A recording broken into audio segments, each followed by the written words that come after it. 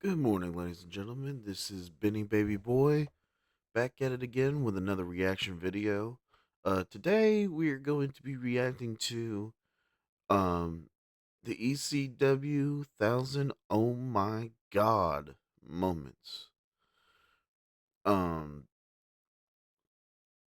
even though I didn't live out through this era, I still love seeing these moments in ECW because ECW was the breaking ground, the stepping grounds as to what made WWE, TNA, and AEW very, very, very possible, and many other wrestling companies as well, with their innovative extreme styles. Um, this was uploaded by It's Still MAH. Shout out to them. Been subscribed to them for a couple of years. Um, I'm gonna probably have to do about 3 parts to this. Um, if you want to watch the original video and not have to listen to my reaction, the link will be in the description down below. Make sure you comment, like, subscribe if you're new to the channel, and let's get straight to it.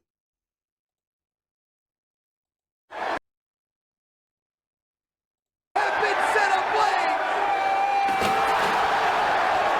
Fans love it! Gets a balance! Let me see if I can fix the quality on this. Just a little bit. Maybe. Let's see.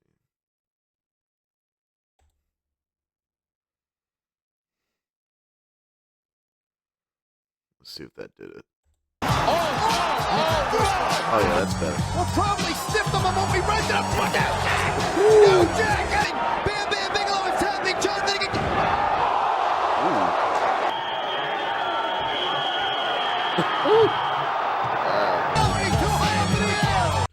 Oh, and this is a try not to wince or cringe or make any weird face challenge.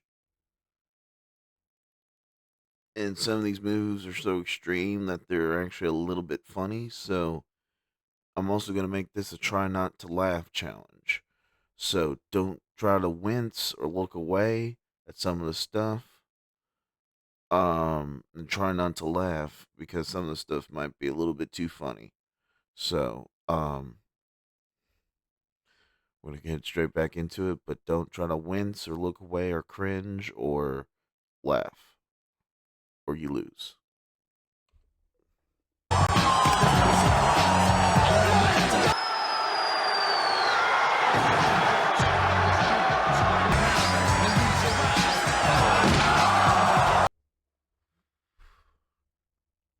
New Jack was a crazy motherfucker.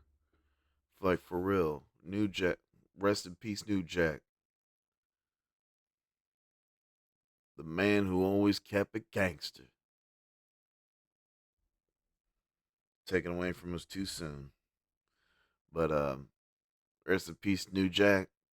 And he may not have gotten this a lot because of his repertoire and his representation and his professionalism. Um, Thank you for all the many memories that you've brought us from ECW with the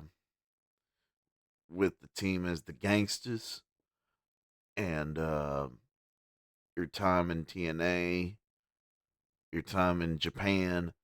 Thank you for all the extreme moments that we as fans never forget. So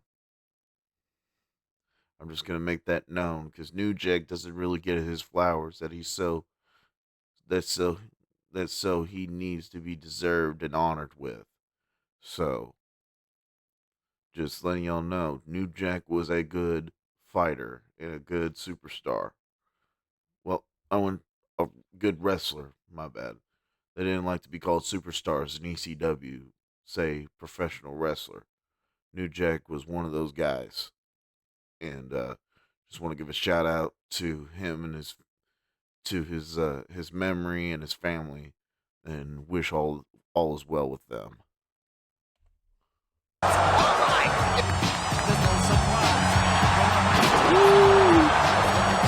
They've got both Mahoney up. Powerbomb with a... Oh my God!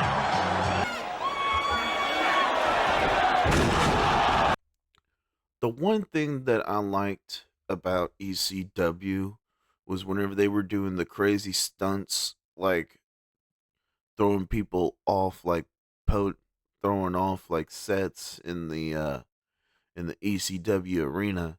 The cool thing that I like about this is the precision. Like it's in this, like in this. Let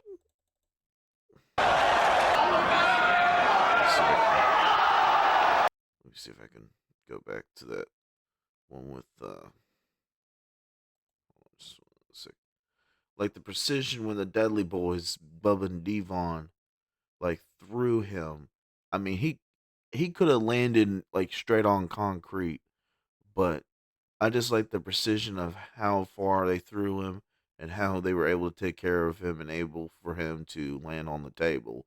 That just speaks volumes in itself on the professionalism of ECW, and I'm just glad that nothing like that ever happened that I know of. Maybe someone that has actually watched ECW could probably tell me different. So, but like the precision of like how they were able to throw throw him off at like the right type of speed, and he was able to jump off at like the right height so that he could land on the table, because hell, he could have landed on the concrete from that height or landed on a fan or something like that and someone be badly injured. Given the thought is probably the ECW fans would probably not have given a fuck, but there's always that case. So anything can happen in wrestling. One bad move, someone not knowing what they're doing, something could be very uh, something could be very catastrophic. Someone could lose a life.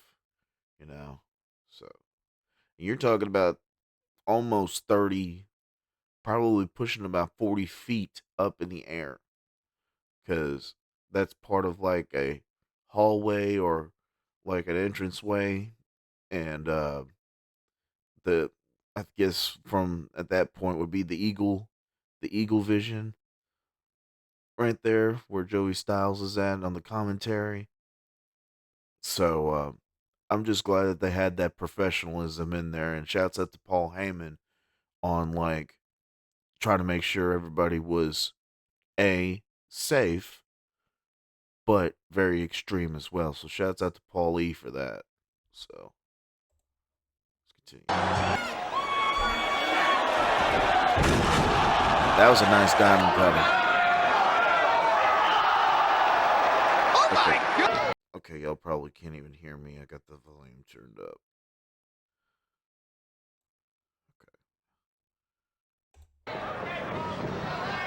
That crazy motherfucker Sabu is something else. That's a crazy motherfucker. And I heard that he had his last match, I think, 6 months ago. And he was like 60 something and still doing shit like that.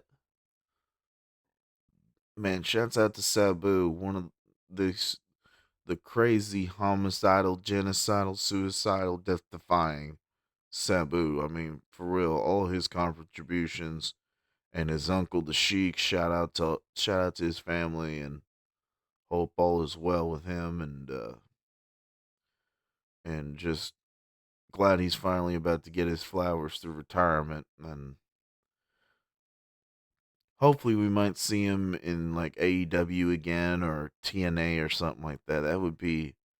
That'd be awesome. And I would love to see them put him in the Hall of Fame, but since the creative is kind of at war with words about Sabu, especially from '07, I highly doubt that'd be possible. but I would love to see them, have like, the ECW originals as like a tag from 2003 as a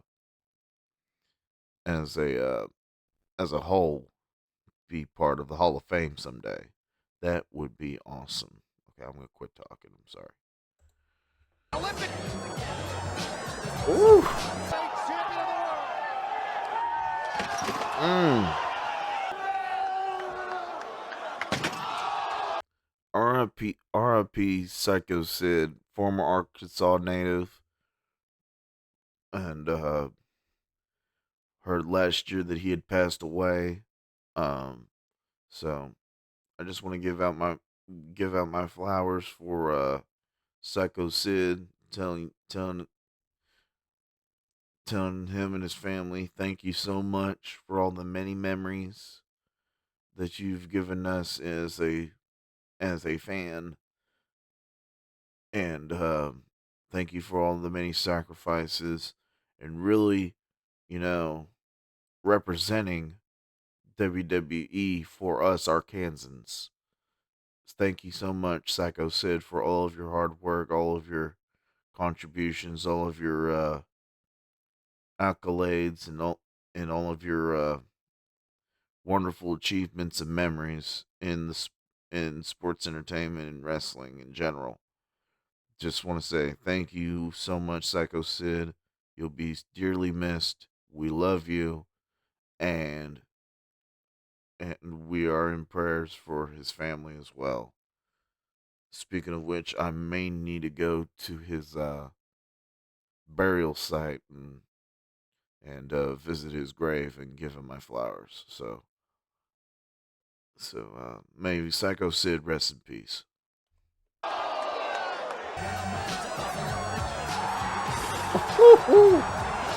Mm. Oh, that was a brutal match. Yeah, I remember watching this for the first time, and it was on a ECW special tribute DVD that I had. I don't remember which one it was, but yeah, this was a brutal match. I mean, I think it was like at the end of the. I mean, you can already see from the barbed wire, his ring gear tore. Like you could see his underwear right through here. But what the crazy thing about this was at the end of this barbed wire match, and for those of y'all that don't know, a barbed wire match, I think you've probably seen a barbed wire match close to this caliber with John Moxley and Kenny Omega back in 2019, but without the explosions. It's just a ring surrounded by barbed wire. Nothing but barbed wire. But this was back in 95 or 96. It was a non title match. And I guess this was to determine like a number one contendership because I think at the time the champion was the franchise. It was either the franchise Shane Douglas or it was the Sandman. I can't remember which, but I'm pretty sure it was the franchise. And shouts out to Shane Douglas, the franchise. He is the franchise. But anyway, um, yeah, during this match they had to call it out as a tie because of the fact that they were like, as you can see, Terry Funk is covered in barbed wire, like he is wrapped in barbed wire, and so is Sabu in a sort of sense. But there was a point in this match where Sabu was going for like a leg drop. I mean, like a kind of like a Jeff Hardy's poetry in motion. Um, with the where he goes from one side of the ring to the other and lifts a leg up, and tries to kick him, and puts like part of his weight on him.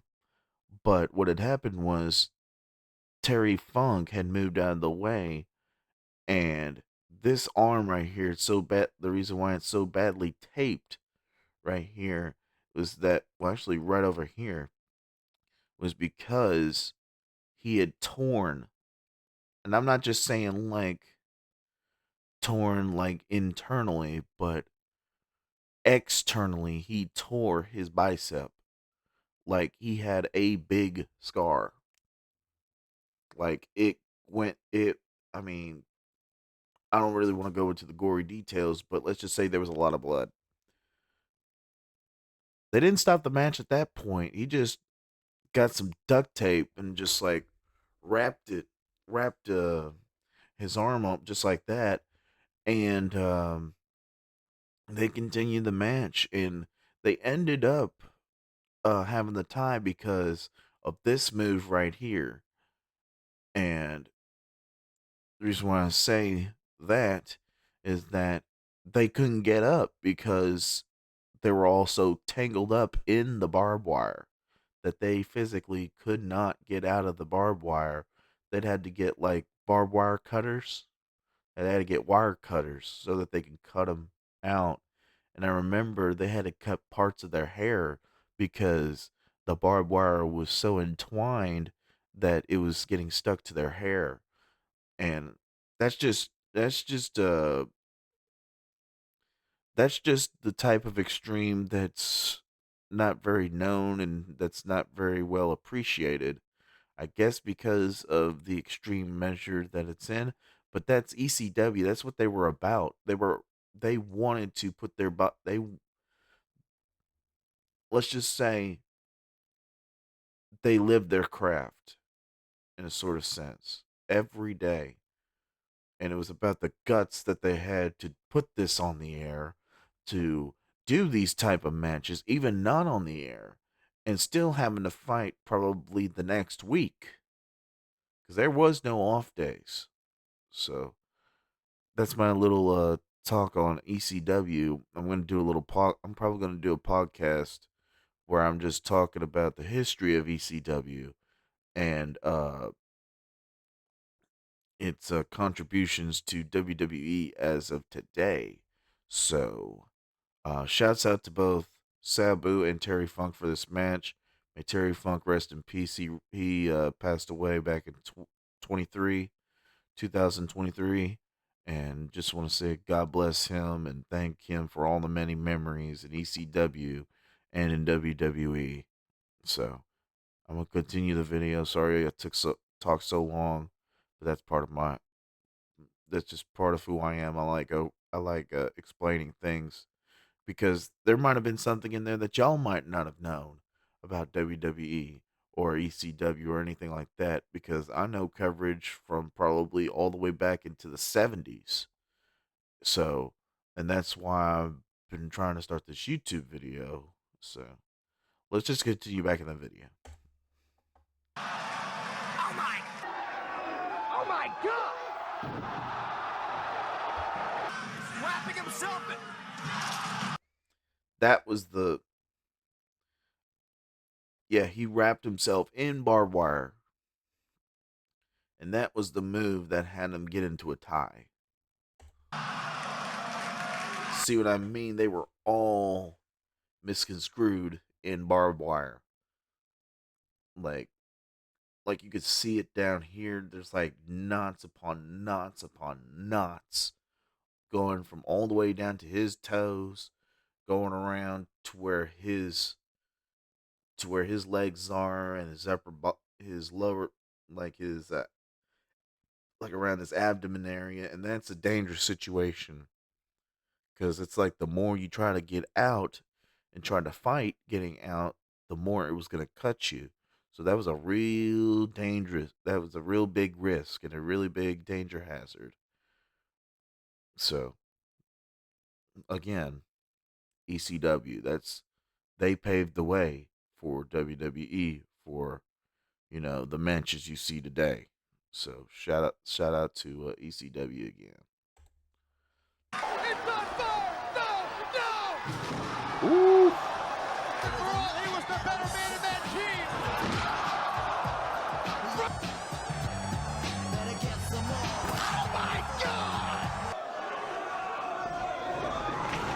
Oof. With Bulls Mahoney. Oh my God. Blue Jack's that crazy.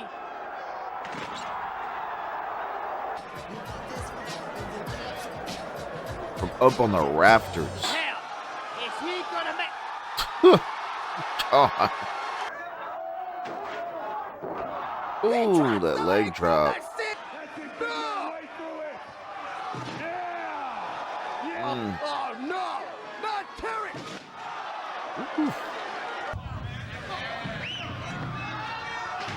For those of you who don't know this big guy right here with the franchise, if any of y'all don't know who this is, let me see if I can pull up a good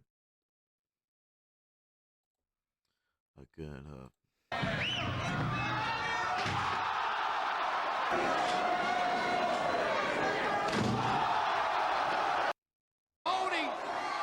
let me see if I can pull up Oh a my good God. Blue Jack's that crazy. let me see if I can pull up a good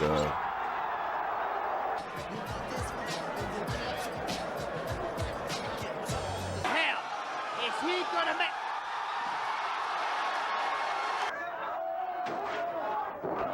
He drops the leg from the sit. No. this guy right here, not the pit bull right here, the other guy with the long hair. This was if y'all don't remember in WWE, this guy's name, this is Brian Lee. He is actually the cousin of the Undertaker. Brian Lee. He had a short run in WWE, but a very a main short run cuz not many people knew it, but until it was brought to the attention of a documentary, Brian Lee was the Ted DiBiase version of Undertaker in 19 for the 1994 Undertaker versus Undertaker um match at SummerSlam of 94. That was him. And then after he got released that after he got released from WWE after that match, he came to ECW as Brian Lee, which he was the enforcer for the franchise, uh, Shane Douglas, and then he later did some work with the Cult of Raven.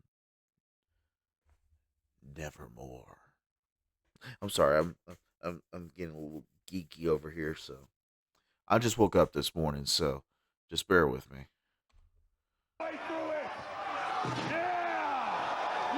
Oh no, not Terry. Just a fun fact for y'all, in case y'all didn't know.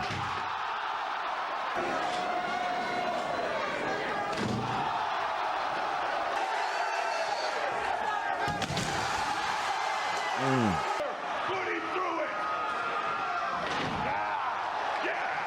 Nito's trying to walk it off. Ooh, concrete. Another known thing about ECW, they never had pads.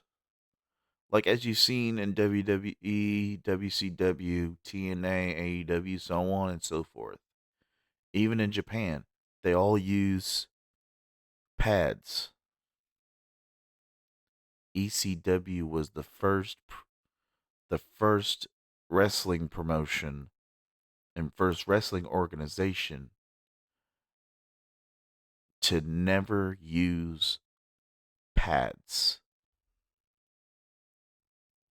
because they lived for that shit in Extreme Championship Wrestling. Because they were tough, slugging sons of bitches right there. If you were to tell me wrestling is fake, watch this shit. Watch ECW. And then come back and tell me again wrestling is fake. Just watch ECW. Just watch one episode of ECW TV from from 93 all the way up to 2000, all the way up until 99. Watch. You will honestly see that ECW was for real. Facts. Whoosh.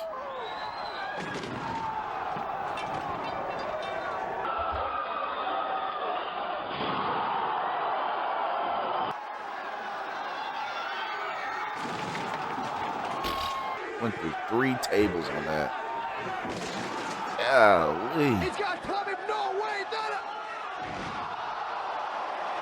It's the chair. It's the top rope. Ooh. Oh, oh my whips. Mm. Oh my God. Busted open. Woo. Woo. That was the part that I was telling y'all about, where he went for that poetry in motion with the chair, and then Sabu cut his bicep badly, and he still wrestled out throughout that match, getting all woozy from the loss of blood and still wrestling, even though he was moments away from literally passing out and dying. He still fought the match. He still finished out strong through that match. Can help Commissioner Gordon now. Mm. Unbelievable. Grab it up.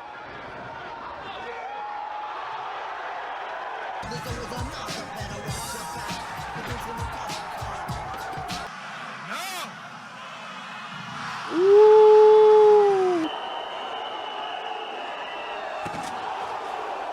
Mm. What? Good. No.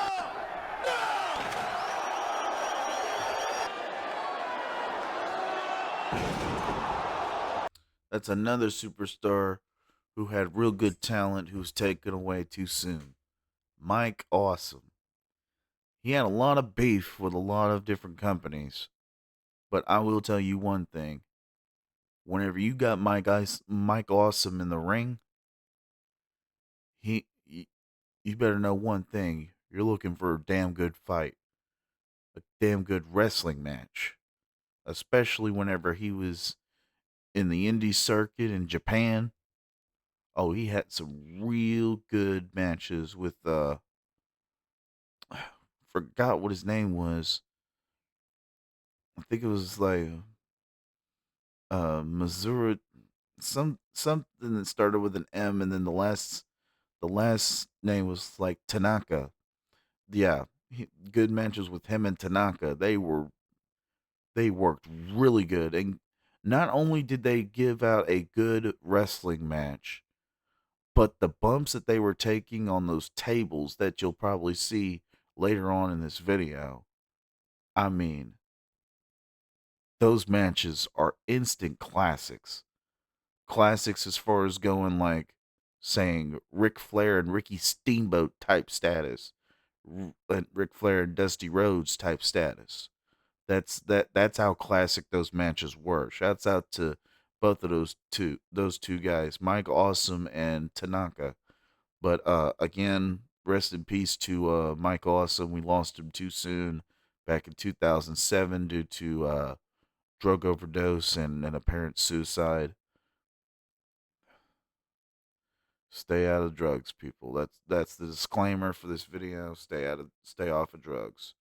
So Bleacher creatures here at the arena.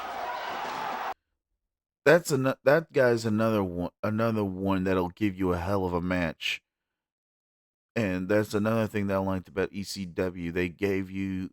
They debuted in national on in this nation the lucha libre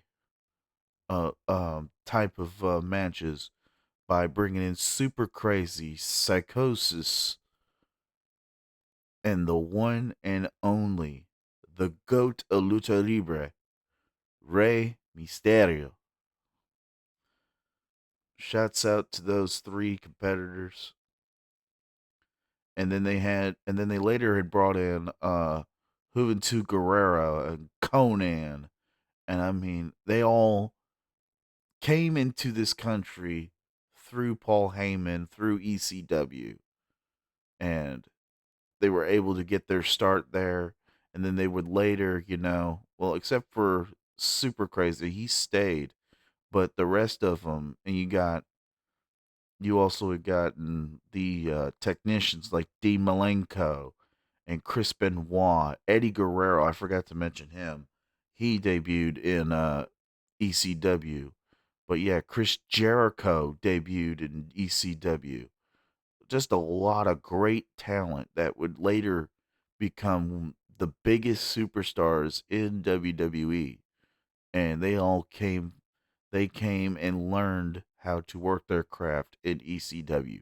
Shouts out to Paul Heyman for finding these people and making them big superstars and wrestlers. Shouts out to all of them.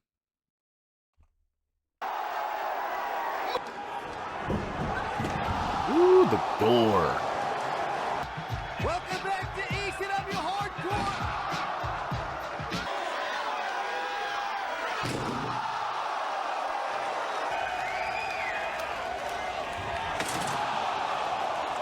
For the table. Whew. What the hell?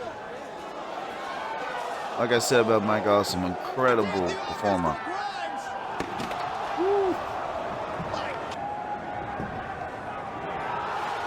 Another talent, Kid Cash. Beautiful Billy grabbing hold of the ankle. Crash Holly, I think. I think that's who that was, Crash Holly. Oh my God, no! Woo! He just broke the go behind. Huh? Wow. Thought he was going to get a gore.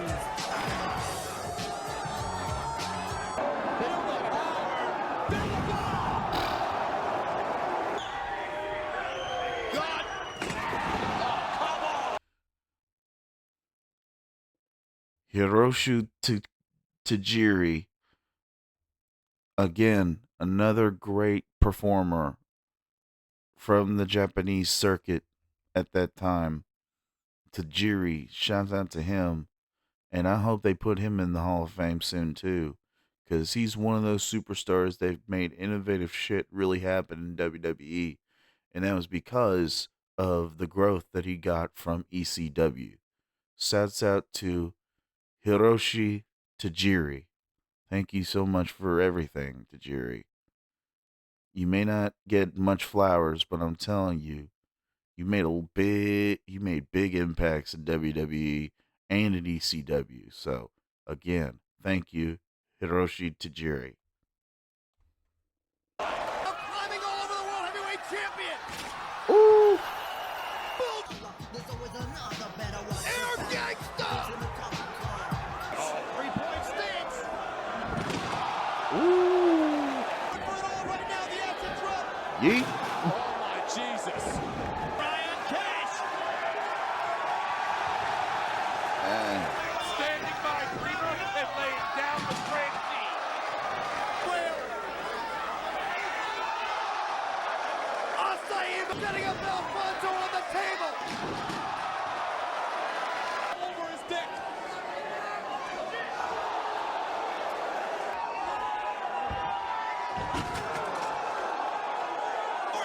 Crazy's up on the rail.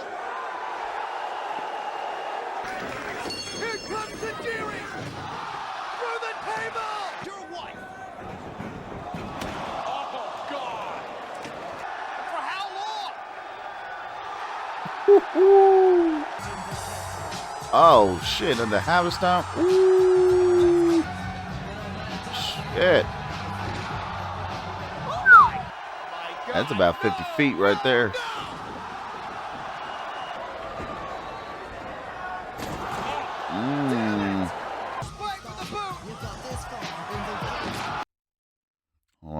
having some problems with my internet this past week. Um, I guess we'll stop there for part one. Yeah, we'll stop there for part one of for ECW thousand oh my god moments. Because I talked probably way too much, but yeah, we'll make some more some more uh some more videos of oh my god moments in ECW, as well as in other promotions as well. Gonna do New Japan Pro Wrestling, gonna do TNA, WWE, WCW, AEW, and I believe throughout this weekend I'm gonna try to do all all of my reactions are gonna be strictly on ECW. I'm gonna try to probably do four four parts for ECW this week, and then four parts for WWE, four parts for AEW, and so on and so forth. It'll all be four parts. And if I talk too much, I'm sorry. I'm just a big fan. Like I said, I followed the coverage all the way up from the 70s to current WWE status and wrestling status. I always check out highlights and stuff like that. But you'll be seeing a lot of that on this channel. So like I said, this is ECW 1000 oh my god moments, the video reaction. This is part one of a four-part series that'll probably be on throughout the rest of this week. Um, the link to the original video will be down in the description below, along with the subscribers main channel information, and subscribe to those guys. They dish out a lot of oh my god moments, and they got a lot of wrestling moments for years on that channel. So this is Benny Baby signing out for now, and hopefully I'll be able to see you guys in the next video. So until then, I'm Benny Baby Boy signing off.